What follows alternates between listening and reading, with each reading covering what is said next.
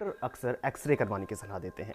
शरीर में किसी तरह के दर्द या अंदरूनी चोट का पता लगाने का सबसे लोकप्रिय तरीका है एक्सरे।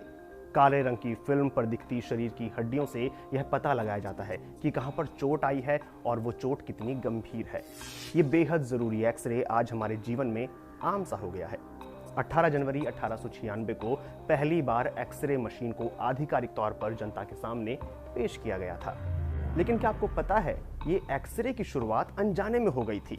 तो चलिए आपको एक्सरे की खोज से जुड़ी दिलचस्प कहानी सुनाते हैं। साल 1895 में जर्मनी के वैज्ञानिक विल्हेम रोएंटगन ने क्रूक्स ट्यूब के साथ एक्सपेरिमेंट कर रहे थे। आप सोच रहे होंगे कि ये क्रूक्स ट्यूब क्या होती हैं? क्रूक्स ट्यूब असल में गैस पर रिसर्च करने के लिए इस्तेमाल की जाती हैं। यह एक तरह की वैक्यूम सील्ड कांच की ट्यूब होती है जिसमें बिजली पास की जा सकती है, तो उसका रंग बदल जाता है। ऐसे में वैज्ञानिक विल्हेम ने महसूस किया कि उनकी क्रूक्स ट्यूब से कई तरह की तरंगें पूरी लैब में फैल गई हैं। यहां तक कि जब उन्होंने क्रूक्स ट्यूब को एक कार्डबोर्ड से छिपाने की कोशिश की, तब भी वो रेज उस कार्डबोर्ड के आर पार हो गईं।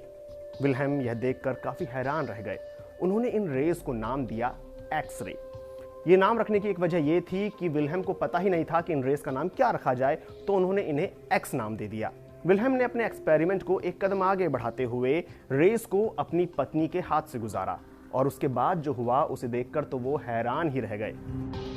वो अपनी पत्नी के हाथ की त्वचा के भीतर देख पा रहे थे। वो अपनी पत्नी के हाथ की हड्डियों और शादी की अंगूठी देखने में कामयाब रहे। ऐसा पहली बार था जब किसी इंसानी जिस्म के भीतर इस तरह से देख पाना संभव हो सका। विल्हेम को अपनी इस अनूठी खोज के लिए साल 1901 में फिजिक्स का नोबेल पुरस्कार मिला। एक्सरे तेजी से दुनिया भर में छाने लगा। कई कंपनियों ने एक्सरे बूथ लगाने शुरू कर दिए। इलाज से इतर जिज्ञासावश लोग शरीर के भीतर झांकने की इच्छा से इसका इस्तेमाल करने लगे।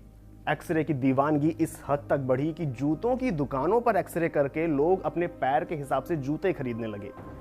लेकिन कुछ वक्त बाद इस दीवानगी में कमी भी आई, जब लोगों को पता चला कि ज्यादा एक्सरे करवाने से रेडिएशन का खतरा होता है। एक्सरे का इस्तेमाल अब आमतौर पर अस्पतालों में या सिक्योरिटी सर्विसेज में ही देखने को मिलता है। एक आंकड़े के मुताबिक सालाना $1200 करोड़ से ज्यादा की एक्सरे मशीनें बिकती हैं।